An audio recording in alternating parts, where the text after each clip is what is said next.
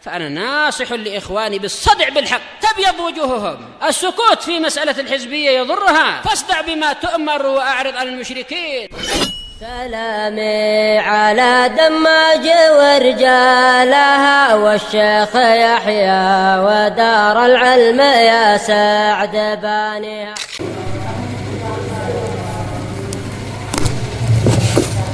بسم الله الرحمن الرحيم. إن الحمد لله نحمده ونستعينه ونستغفره ونعوذ بالله من شرور أنفسنا ومن سيئات أعمالنا. من يهده الله فلا مضل له ومن يضلل فلا هادي له. وأشهد أن لا إله إلا الله وحده لا شريك له وأشهد أن محمدا عبده ورسوله صلى الله عليه وعلى آله وسلم. أما بعد. قالت الشيخة أم عبد الله وفقه الله تعالى: لا بأس بخروج المرأة لحاجتها. Tidaklah mengapa tentang keluarnya wanita demi kebutuhan. Jadi hukum wanita itu keluar dari rumah untuk tujuan memenuhi kebutuhannya, ini hukumnya adalah boleh. Perkataan ini maknanya adalah apabila tidak ada kebutuhan, maka wanita itu disyariatkan untuk menetap di dalam rumah. Jadi al-asal, hukum asal seorang wanita adalah menetap di dalam rumahnya.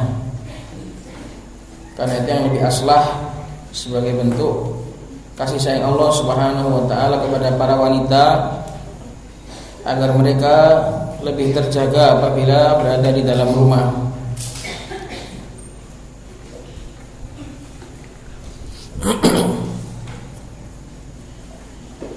Qala al-Imam al-Bukhari rahimahullahu taala al-Mujallad at-Tasi' safhah 337 haddatsana Farwah ibn Abil Mighra qala haddatsana Ali ibn Mushir an Hisham an abihi an Aisyah radhiyallahu taala anha qalat kharajat Saudatu bintu Zam'ata lailan fara'aha Umar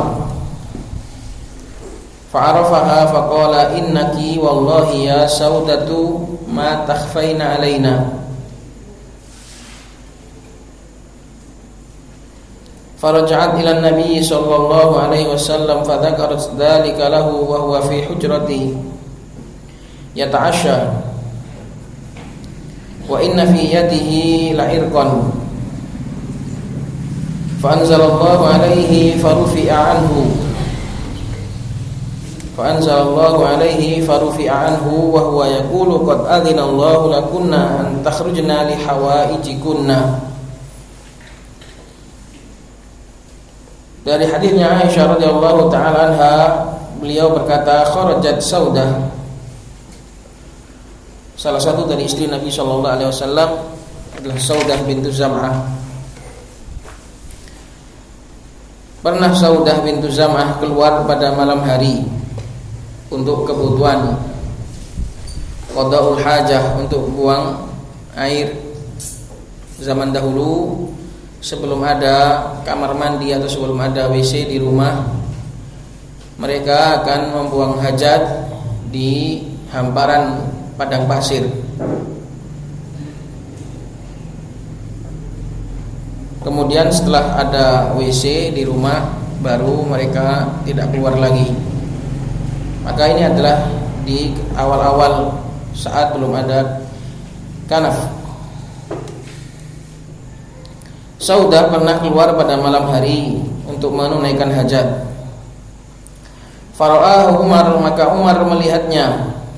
Fa'arafaha, dan Umar tahu, bisa menandai karena Saudah posturnya tinggi. Ketahuan dari para istri Nabi SAW, Saudah ini yang paling nampak karena postur badannya beliau radhiyallahu taala anha tinggi. Fara'aha Umar, maka Umar pun melihatnya. Faqala innaki wallahi ya Saudah, maka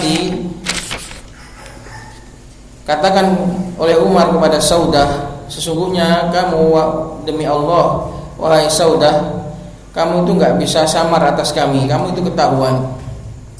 Umar mengucapkan seperti ini adalah supaya turun hijab,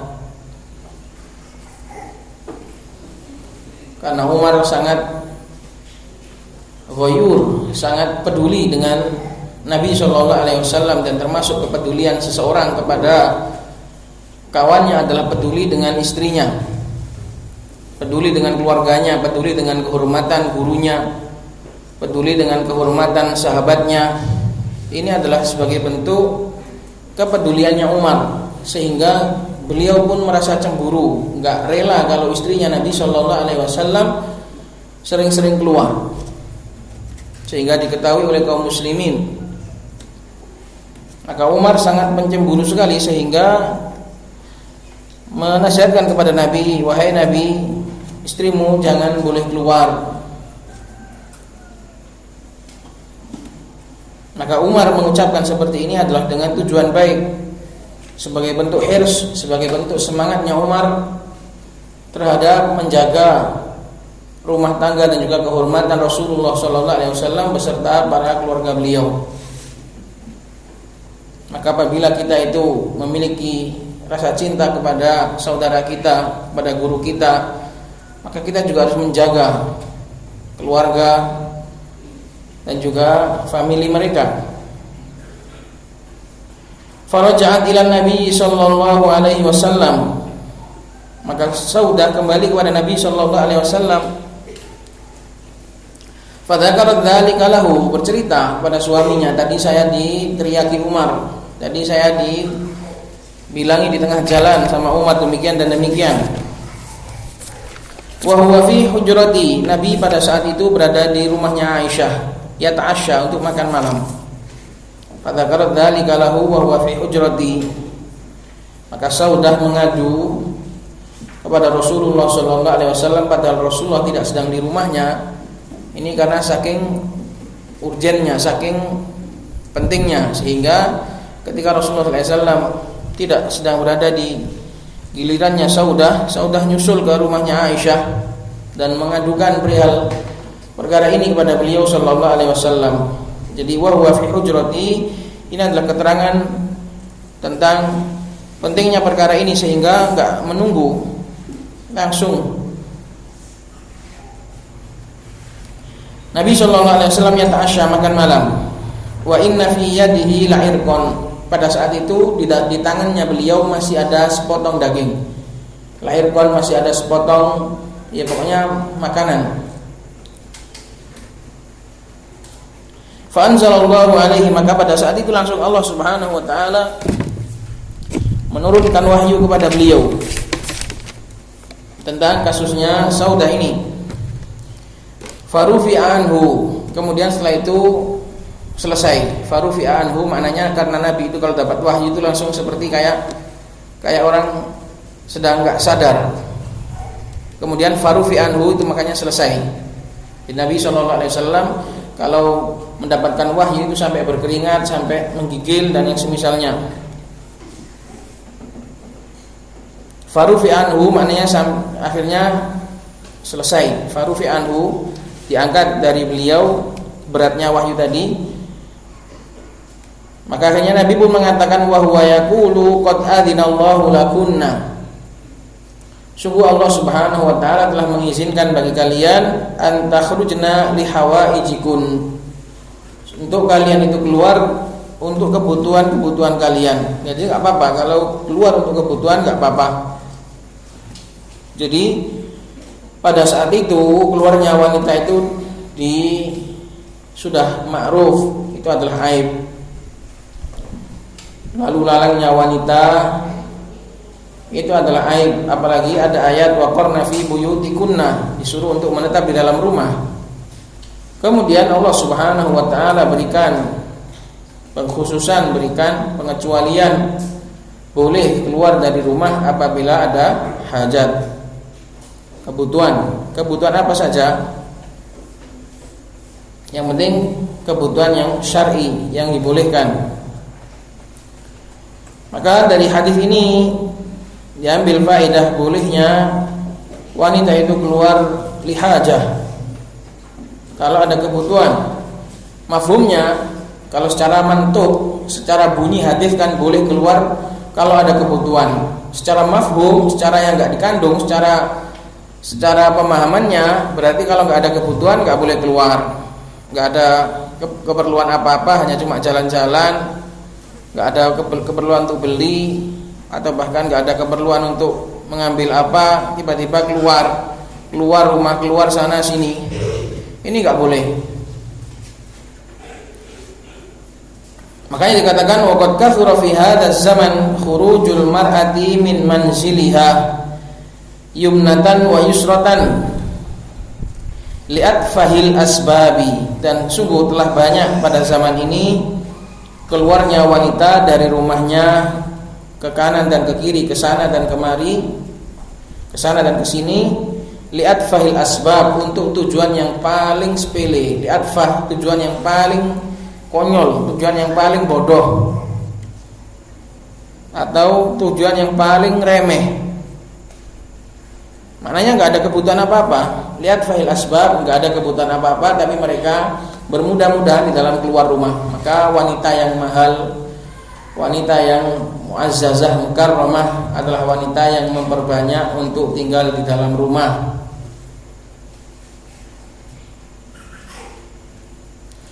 Qalat wa qararul mar'ati fi baitiha syari'atun rabbaniyatun min ladun hakimin khabir. Dan menetapnya seorang wanita di dalam rumahnya adalah sebuah syariat rabbaniyah, syariat yang datang dari Allah Subhanahu wa taala, Maha Hakim, Maha Hikmah, Maha Bijaksana, Maha Khabir, yang paling tahu tentang kondisi dan kebutuhan wanita. Jadi Allah Subhanahu wa taala menetapkan wanita itu untuk tinggal di dalam rumah itu Allah, karena Allah sayang dan Allah tahu bagaimana kodrat wanita itu apabila diizinkan untuk berada di luar rumah tanpa ada sebab, dan bagaimana kalau seandainya mereka disuruh di dalam rumah. Tentu kebaikan Allah Subhanahu wa taala yang lebih tahu. Qala ta'ala wa qarna fi buyutikunna. Allah Subhanahu wa taala berfirman, dan menetaplah kalian di dalam rumah-rumah kalian.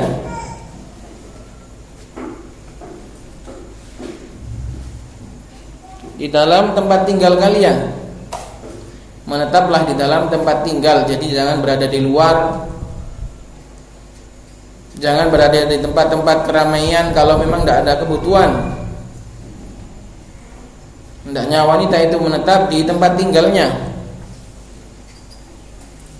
Wa huwa a'lamu bimasalihi ibadihi al-khabiru bihalil mar'ah. Sedangkan Allah Subhanahu wa taala adalah lebih tahu tentang maslahat hamba-hambanya, dan Allah khabir, Allah sangat faham, Allah sangat tahu dengan keadaan seorang wanita.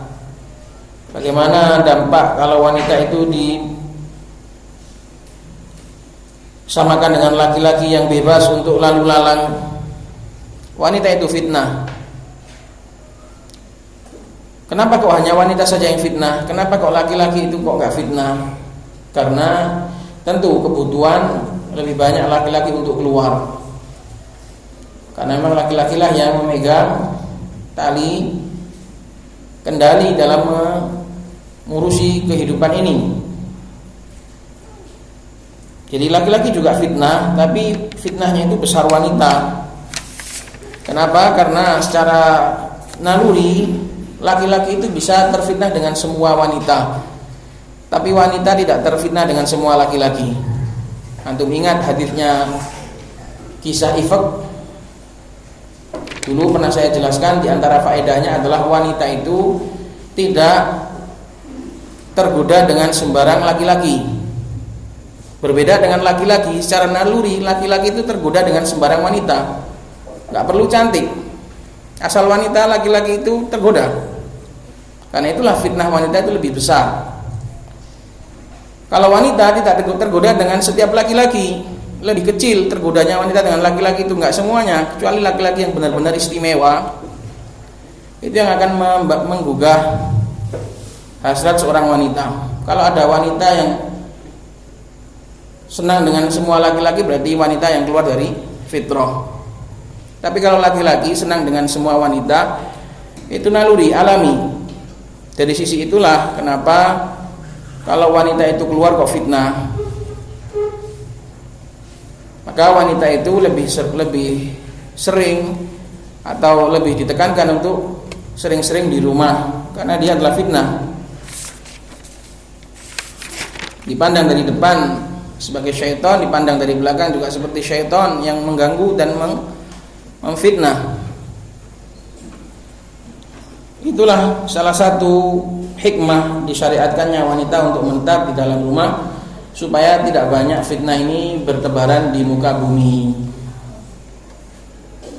Karena itulah orang-orang kufar, mereka tahu betul, sehingga mereka sengaja melawan syariat ini dan sengaja memasang wanita justru malah sebagai umpan dalam segala hal, dalam segala dalam jual beli, dalam perdagangan. Wanita juga jadi umpan utama.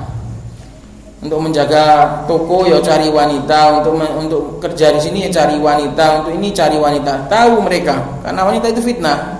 Itu adalah programnya kufar. Maka program syariat Allah Subhanahu wa taala adalah menjadikan wanita itu maksumah, terjaga di dalam rumahnya.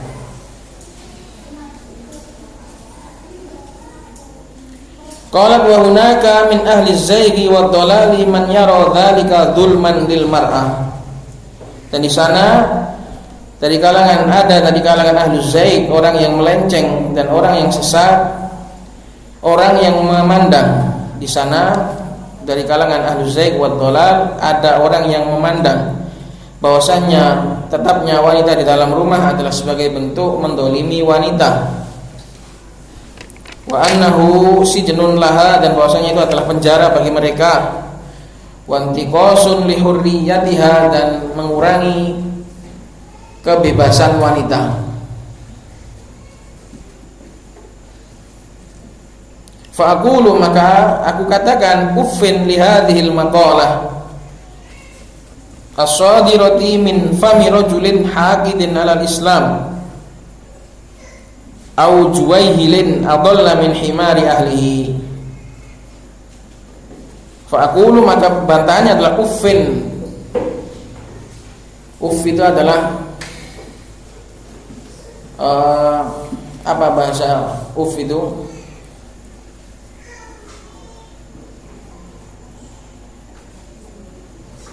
Omong kosong. Pokoknya ini adalah bentuk menghardik. Uffin terhadap ucapan seperti ini. Alangkah buruknya ucapan ini, uffin li hadhil maqalah. Amatlah buruk ucapan ini.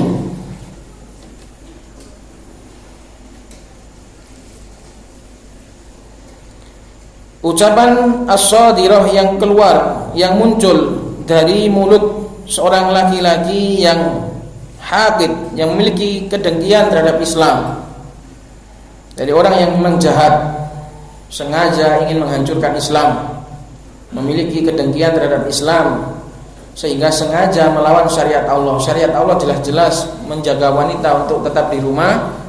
Dia ingin merusak wanita dengan cara mengeluarkan wanita dari rumahnya. Au juwaihilin, atau kalau enggak minimal ini adalah dari seorang juwaihil, tasghir dari jahil, adalah seorang yang bodoh, kecil, sebagai bentuk peremehan. Ini adalah dari orang yang bodoh, yang adalla, yang lebih sesat, min himari ahlihi, dari himar keluarganya, lebih sesat dari himarnya. Innahu biluzumil mar'ati baitaha taqumu bisyu'uni manziliha, sesungguhnya dengan menetapnya seorang wanita di rumah, taqumu bisyu'uni manziliha, dia akan bisa melaksanakan kegiatan-kegiatan rumahnya, tugas-tugas rumah. Jadi kalau wanita di dalam rumah, saya milih dalam rumah sajalah, tapi dalam rumah tidur aja, ya salah. Atau di dalam rumah HP-an, ya sama saja kayak keluar kamu. Nggak keluar tapi dalam rumah HP-an. HP itu sudah lebih dari keluar. Kamu bisa ke Australia, bisa ke Amerika di HP tersebut. Taqumu bi syu'uni manziliha. Itu fungsinya wanita disuruh di dalam rumah itu untuk mengerjakan tugas-tugas rumah, dari merawat anak, merawat rumah, belajar dan yang semisalnya. Wa bi huquqi zaujiha, dan memenuhi hak-hak suaminya, memasak, mencucikan bajunya, menyetrika bajunya, merawat kebutuhan suaminya. Wa tarbiyati atfaliha, dan juga mendidik anak-anaknya. Wa tazawudi minal khairat, dan berbenah diri serta berbekal dengan kebaikan, berbekal dari kebaikan. Inilah termasuk hikmah wanita itu disuruh di dalam rumah untuk mengerjakan tugas rumah, dan juga untuk lebih supaya dia itu fokus untuk mempelajari agama Allah Subhanahu wa taala.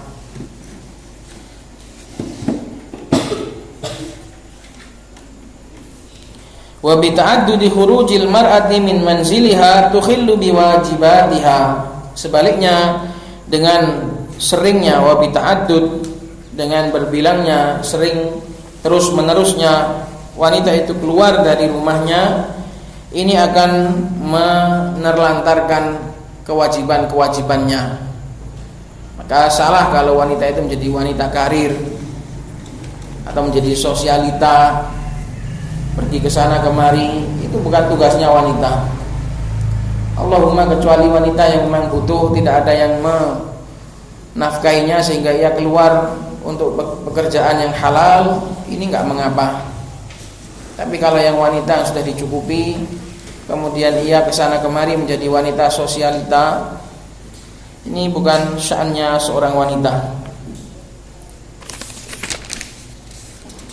Qala fi zamanina hadza talaqqafal muslimuna fikratan dasisatan min a'da'il Islam. Dan di zaman kita ini kaum muslimin menelan, talaqqafa, menelan, ditelan tanpa dikunyah, ditelan begitu saja. Fikrah, sebuah pemikiran yang dasisah, yang terselundup dari kalangan musuh-musuh Islam. Wahia mas'alatul intikhabat, yaitu masalah pemilihan umum. Jadi nanti akan panjang bahas masalah intikhabat di sini nanti. Kenapa? Karena di Yaman dulu itu sangat merusak sekali. Wanita yang enak-enak di dalam rumahnya tiba-tiba dikeluarkan dari rumah mereka untuk menuju ke TPS, tempat pemilihan, tempat pemungutan suara. Ini sangat aib sekali di Yaman. Kalau di sini wis biasa, cukup nang TPS, wanita sudah lalu lalang sudah biasa. Jadi inilah ya kawan, terjaganya wanita itu kalau masih di dalam budaya yang baik. Keluar ke tempat pemilihan suara itu dianggap sangat aib. Karena wanita-wanita yang enggak mau pun dipaksa untuk keluar, dikeluarkan, sengaja dikeluarkan untuk ikut coblosan. Maka ini adalah sebuah keburukan. Dan di zaman kita ini yang paling buruk adalah para akhwat salafiyat yang aman sentosa tanpa mengenal pemilu, kemudian diikut sertakan di dalam pemilu. Ini juga sangat buruk. Kalau keluarnya wanita awam, ibu-ibu PKK dan juga ibu-ibu umum, itu sudah kita nggak kaget. Tapi yang sangat mengagetkan adalah para wanita bercadar tiba-tiba ikut masuk ke dalam tempat pemungutan suara. Ini adalah sangat buruk sekali. Maka ini adalah sangat buruk. Para wanita salafiyah yang dahulu aman sentosa tidur nyenyak tanpa mengenal semua ini, sekarang di zaman akhir ini banyak dikeluarkan dan banyak digiatkan untuk kegiatan tersebut. Maka kalau masalah pemilu ini saya punya buku tinta ungu itu sangat tebal sekali, membahas dan mengupas tuntas bismillah tentang seluk-beluk pemilu. Situ lengkap insya Allah mulai dari A sampai Z, dan insya Allah nggak akan bisa dibantah karena diambil dari usulnya Syekh Mukbil. Buku saya itu tinta ungu itu adalah hanya menjabarkan usulnya Syekh Mukbil. Maka di sini akan dijelaskan secara panjang lebar masalah pemilu. Qalat fa'aujabu al-khuruja 'alal mar'ati lil intikhabat, sehingga mereka pun mewajibkan untuk keluar bagi seorang wanita demi hanya untuk mengikuti intikhabat. Intikhabat adalah pemilihan, jamak dari intikhabun, intikhabatun, intakhaba yantakhibu, pemilihan, memilih. Qalat wal khuruju min haitsu asluhu mubahun. Hukum keluar sebenarnya dari sisi hukum asalnya adalah mubah, boleh. Lakinnal wasaila laha ahkamul maqasidi. Akan tetapi wasilah itu mengambil hukum tujuannya. Kalau tujuannya buruk, maka wasilahnya itu keluar, itu juga buruk. Lakinnal wasail, wasail di sini adalah keluar. Wasilah, perantara di sini adalah keluar rumah. Mengambil hukumnya maqasid, tujuannya. Kalau tujuannya haram, ikut pemilu hukumnya haram, maka keluarnya juga dihukumi haram. Ini kaidah al-wasail laha ahkamul maqasid. Wasilah itu akan mengambil hukum tujuannya. Kalau tujuannya haram, maka wasilahnya menjadi haram. Kalau tujuannya itu baik, wasilahnya yang jelek tidak ikut jadi baik. Itu bedanya. Kalau tujuannya itu jelek, wasilah yang awalnya itu baik atau boleh ikut menjadi jelek. Tapi sebaliknya, tujuan yang baik tidak bisa mengesahkan tata cara atau perantara yang buruk. Kamu niatnya sedekah, caranya dengan nyuri, nggak boleh. Jadi nggak masuk kaidah ini, nggak masuk dalam maqasid atau wasilah yang salah, nggak boleh.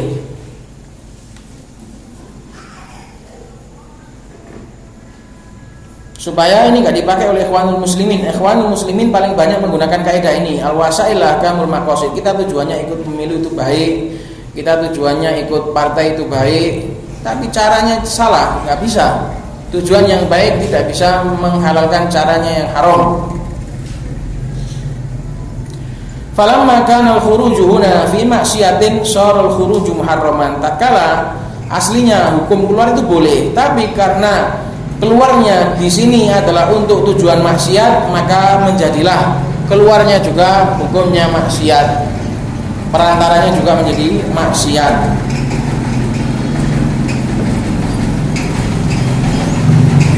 Qala wa inni dzakiratun bi aunillahi azza wa jalla nubdatan anil intikhabat. Dan sesungguhnya di sini saya akan menyebutkan dengan pertolongan Allah Subhanahu wa taala sekelumit nubdah, setitik atau ya sekelumit sedikit tentang masalah intikhabat, tentang masalah pemilu.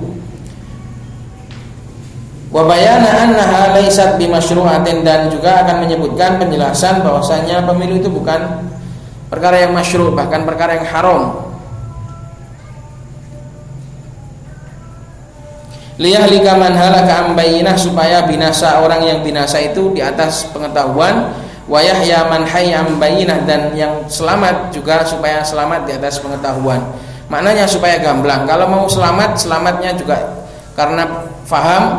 Mau binasa juga terserah, itu berarti sudah pilihannya gitu loh.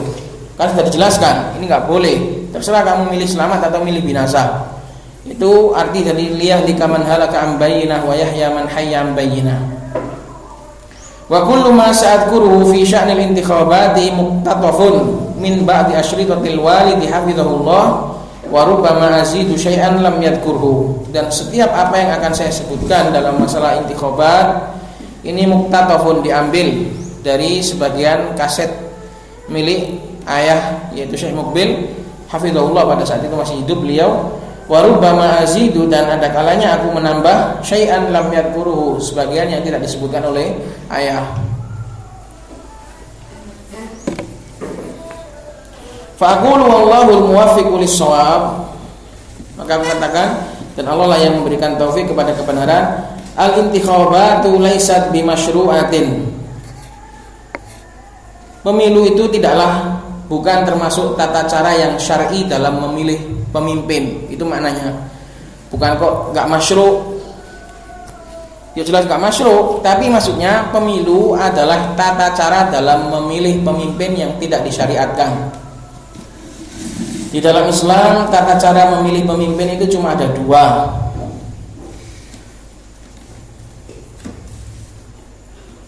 Yaitu dengan cara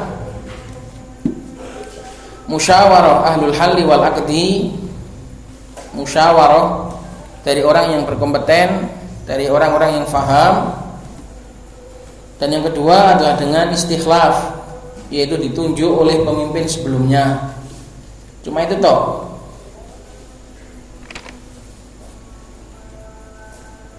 Adapun tata cara yang tidak syar'i ya banyak. Di antaranya pemilu ini. Di antaranya kudeta. Di antaranya kudeta. Perebutan kekuasaan, kemudian seorang mengangkat senjata dan memerangi pemimpin kaum muslimin. Itu juga termasuk tata cara yang syar'i dalam mengangkat pemimpin.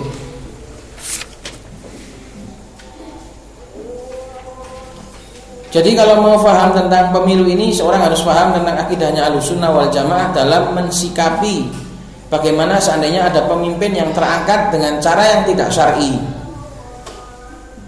Jadi ada 3 cara ya. Yang satu enggak syar'i, yang 2 syar'i.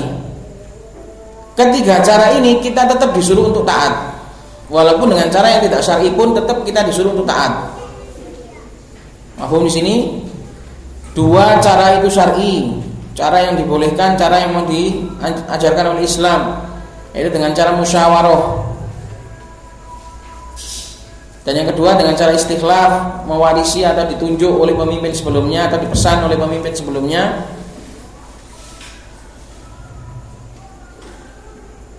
Abu Bakar termasuk pemimpin yang naik dengan cara istikhlaf, dengan cara musyawarah. Umar termasuk istikhlaf, dipesan oleh Abu Bakar. Dan satu cara yang enggak syar'i, umum, baik itu dengan cara peperangan, kudeta atau pemilu. Jadi kita harus paham, pemilu enggak boleh, tapi mentaati pemimpin hasil pemilu itu wajib. Jadi jangan orang itu mungkin subhat, enggak mau ikut nyoblos kok ikut taat hasil coblosan, ngawur sampean enggak ngerti kaidah yang menunggu. Makanya belajar. Kita memang enggak boleh ikut dalam tata cara yang enggak syar'i, tapi hasil dari tata cara yang enggak syar'i tadi wajib kita taati. Sebagaimana kalau seandainya ada kudeta. Bagaimana akidahnya Ahlussunnah wal Jamaah ketika ada pemimpin yang kudeta, hasil dari kudeta. Apakah kita disuruh ikut kudeta? Enggak boleh. Gak boleh ikut kudeta, ada peperangan memerangi pemimpin muslim, gak boleh kita ikut kudeta. Tapi kalau sudah yang mengkudeta tadi naik tahta dan menang, masa kita bilang kamu gak ikut perang, kok ikut taat? Ya gitu loh ya ikhwah. Maka gak benar. Ikut pemilu gak boleh, tapi taat pemimpin terhadap hasil pemilu ini adalah tetap diwajibkan sebagai bentuk menjaga diri dari keburukan yang paling buruk. Karena syubhat itu banyak sekali. Orang-orang ikhwanul muslimin biasanya mengatakan seperti itu. Salafiyun tidak mau ikut pemilu, tapi mau taat pemimpin hasil pemilu. Jadi itu namanya argumen karena bodoh, tidak belajar, tidak tahu kaidah, tidak paham ilmu. Maka di sini sebagai penjelasan, al-intikhabat laisat bimasyru'ah. Cara memilih, voting, mengungut suara itu bukan cara yang syar'i di dalam memilih pemimpin.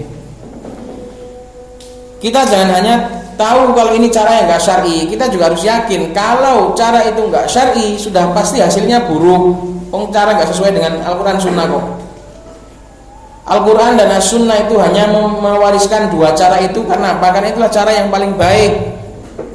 Mafhumnya, cara selain itu cara yang buruk dan pasti menghasilkan buruk, gak mungkin menghasilkan baik. Jadi kalau ada alasan kamu kalau nggak ikut pemilu nanti akan terhasilkan pemimpin yang buruk, itu loh itu loh salah semua, salah kaprah semua. Maka kita harus yakin cara ini pasti menghasilkan yang paling buruk. Kamu ikut andil itu nggak akan menambah kebaikan, pasti akan menambah keburukan. Kenapa nggak masyru'? Karena Nabi sallallahu alaihi wasallam lam yaf'alha, karena Nabi nggak pernah melakukannya. Nabi hanya melakukan musyawarah dan juga melakukan istikhlaf. Abu Bakar melakukan istikhlaf. Wala khulafa'ur rasyidun, demikian juga para khulafa'ur rasyidin enggak ada yang melakukan. Wala ghairuhum minas sahabati ridwanullahi ala al-jami'. Para sahabat juga enggak ada yang melaksanakan. Wala tabi'una lahum bi ihsan, para tabi'in juga enggak ada yang melaksanakan. Fil qurunil mufaddalati wala ghairiha. Tidak ada yang melaksanakan baik dalam periode-periode yang terbaik maupun setelah itu enggak ada. Wa hum a'lamun nasi bis sunnah, mereka adalah orang yang paling paham tentang sunnah. Wa akmalu hubban li Rasulillah sallallahu alaihi wasallam minna wa minkum, dan yang paling sempurna cintanya kepada Rasulullah daripada kita dan daripada kalian. Jadi enggak pernah dipakai. Nabi hanya mewariskan dua cara, yaitu musyawarah dan istikhlaf. Fa'ulima anna ihdatsal intikhabati amrun ma anzalallahu bihi min sultan, maka diketahui bahwasanya mewujudkan pemilihan umum adalah perkara yang tidak sama sekali Allah Subhanahu wa taala turunkan burhan, sultan, alasan sama sekali. Dan dia juga termasuk wa'tiradun ala syar'illahi wa rasulih, dan termasuk i'tirad, berpaling, membangkang dari syariat Allah Subhanahu wa taala dan rasulnya. Wa Nabi sallallahu alaihi wasallam qad ballaghal balaghal mubina, dan Nabi sallallahu alaihi wasallam sudah menyampaikan dengan penyampaian yang sangat gamblang. Wa ma taraka tariqan yusilu ilal jannati illa wa dalla ummatahu ala dzalika, dan tidaklah beliau meninggalkan satu jalan pun yang menghantarkan kepada surga kecuali beliau sudah menjelaskan, menunjukkan kepada umatnya ala dzalik, terhadap perkara itu. Wa hadzara ummatahu minat turuqil lati hiya muqarribatun ilal azab, dan Nabi juga sudah memperingatkan umatnya dari jalan-jalan yang mendekatkan kepada azab Allah Subhanahu wa taala. Jadi agama ini telah sempurna. Nabi tidak pernah mengajarkan seseorang untuk menggunakan cara tersebut.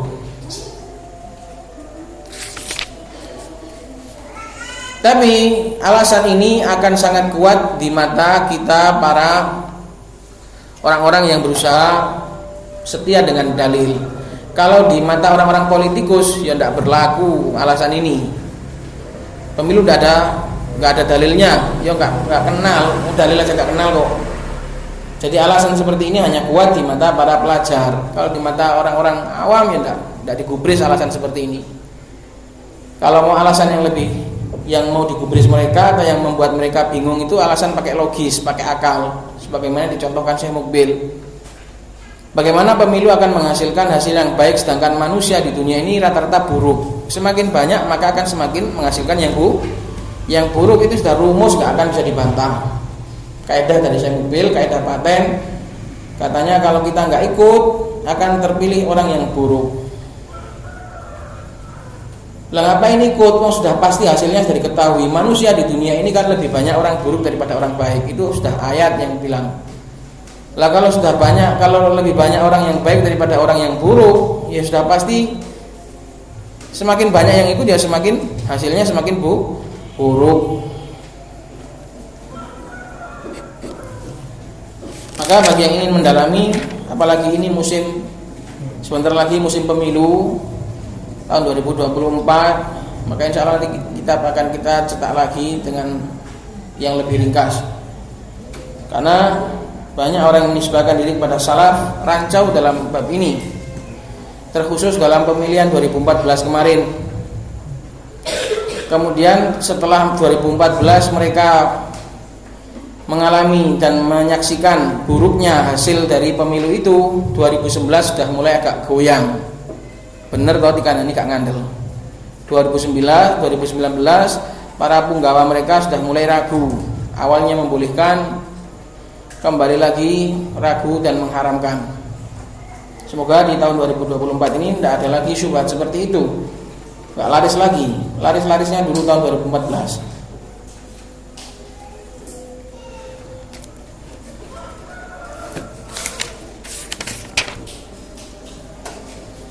Qalat fa fi sahih Muslim anna Rasulullah sallallahu alaihi wasallam qala ma ba'atsallahu min nabiyyin illa kana haqqan alaihi an yadulla ummatahu ala khairi ma ya'lamuhu lahum wa yundhirahum syarra ma ya'lamuhu lahum. Semua sudah dijelaskan oleh Nabi. Rasulullah sallallahu alaihi wasallam bersabda, tidaklah Allah mengutus dari seorang nabi kecuali sudah menjadi kewajibannya untuk menunjukkan umatnya terhadap segala kebaikan yang dia ketahui dan memperingatkan mereka dari segala keburukan yang dia tahu. Jadi sudah menjadi kewajiban para nabi seluruhnya. Qalat syubhatun, di sana ada syubhat. Yaqulu qailuhum innal intikhabati mahtijalaha ala ahdi Rasulillah sallallahu alaihi wasallam falihadza lam tuf'al ala ahdi. Syubhat. Mungkin ada orang yang mengatakan pemilu zaman dulu belum dibutuhkan. Di zamannya Nabi sallallahu alaihi wasallam, oleh karena itu dulu enggak dilaksanakan. Syubhat ini enggak benar ya kawan. Bantahannya gini. Di zaman Nabi Shallallahu Alaihi Wasallam beliau sudah banyak mengingatkan. Memang tidak ada pemilu zaman itu, karena pemilu ini dari kufar, dari program demokrasi. Bantahannya gini, Nabi Shallallahu Alaihi Wasallam sudah memperingatkan yang serupa. Apa yang serupa itu? Yaitu terangkatnya pemimpin dari kudeta. Nabi itu memperingatkan tentang masalah kudeta ini banyak sekali. Nabi Shallallahu Alaihi Wasallam memperingatkan. Enggak bolehnya kudeta, enggak bolehnya mengganti pemimpin. Seorang disuruh untuk bersabar, seorang mukmin disuruh untuk hanya meminta kepada Allah, haknya direbut penguasa pun tidak apa-apa, disuruh sabar. Ini semua itu sebenarnya sudah sama. Kita itu disuruh sabar kepada para penguasa, enggak sedikit-sedikit ganti. Bahkan pemilu itu lebih buruk daripada kudeta. Kenapa? Kudeta itu enggak dilakukan setiap 5 tahun. Pemilu ini loh dilakukan setiap 5 tahun. Gimana mau jadi baik? Baru 5 tahun berusaha diganti lagi. Maksimal 10 tahun, maksimal 2 periode. Bagaimana mau jadi baik? Jadi ini semua adalah permainan. Saking bodohnya kaum muslimin enggak paham bab ini. Ini adalah permainan kufar. Jadi kalau alasan bahwasanya pemilu itu tidak ada di zaman Nabi, itu salah. Nabi SAW sudah memperingatkan dari yang serupa, yaitu kudeta. Maka belajar dan renungi. Sama persis, pemilu dengan kudeta itu sama. Cuma bedanya pemilu itu legal, diizinkan, dilakukan rame-rame. Kudeta dilakukan secara ilegal. Padahal sama, cara mengangkat pemimpin sama dengan cara yang buruk. Dengan cara yang buruk. Jadi kalau ada orang berdalil bahwasanya zaman Nabi memang dulu tidak ada pemilu, atau tidak ada pemilu itu hubungannya dengan akidahnya Ahlussunnah wal Jamaah, itu salah. Pemilu sudah dicantum, sudah disinggung, sudah diisyaratkan dalam akidahnya Ahlussunnah wal Jamaah, yaitu tentang muamalatul hukam, muamalah dengan para penguasa itu seperti apa. Seorang diwajibkan untuk taat, seorang diwajibkan untuk mendengar. Ngaku-ngakunya taat kepada para penguasa, tapi waktunya ganti penguasa ikut ganti, ikut kudeta namanya. Tapi kudeta secara halus. Itu ya ikhwan. Maka akan kita baca gitu saja tentang masalah pemilu ini, karena kalau mau dikupas tuntas, ya, karena ini juga waktunya pemilu, saya bimbang apakah tak kupas di pelajaran Nasihatil Nisa di sini atau di pelajaran Maghrib, sebagai bentuk sumbangsi kita untuk memperbaiki umat menjelang keburukan, pesta keburukan yang segitu besarnya. Jadi gimana umat? Dibahas di umat sini atau dibahas di Maghrib?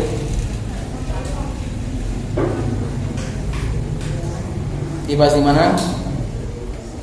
Sama kan jadi gak pakai hasrat, soalnya gak pernah kenal pemilu. Di kajian Maghrib saja.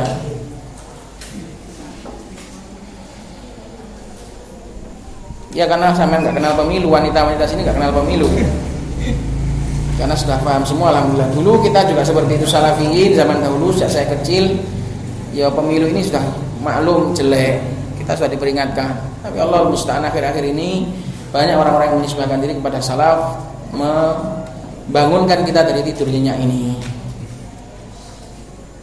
Tapi insyaallah ini akan kita baca secara cepat gitu aja nanti, dan insyaallah masalah pemilu akan kita kupas tuntas di pelajaran maghrib sebagai bentuk sumbangsih, karena kita ini dikatakan kaum abstain, kaum yang nggak punya usaha apa-apa terhadap negara. Enak saja mengatakan seperti itu. Mereka yang main-main, mereka yang berpesta pora katanya punya usaha. Kita yang berusaha menjadi orang baik, belajar ilmu siang malam, katanya nggak punya usaha apa-apa. Itulah ya wah kejamnya mereka itu. Semoga bermanfaat. Subhanallah bihamdihi, asyhadu an la ilaha illa anta, astaghfiruka wa atubu ilaik.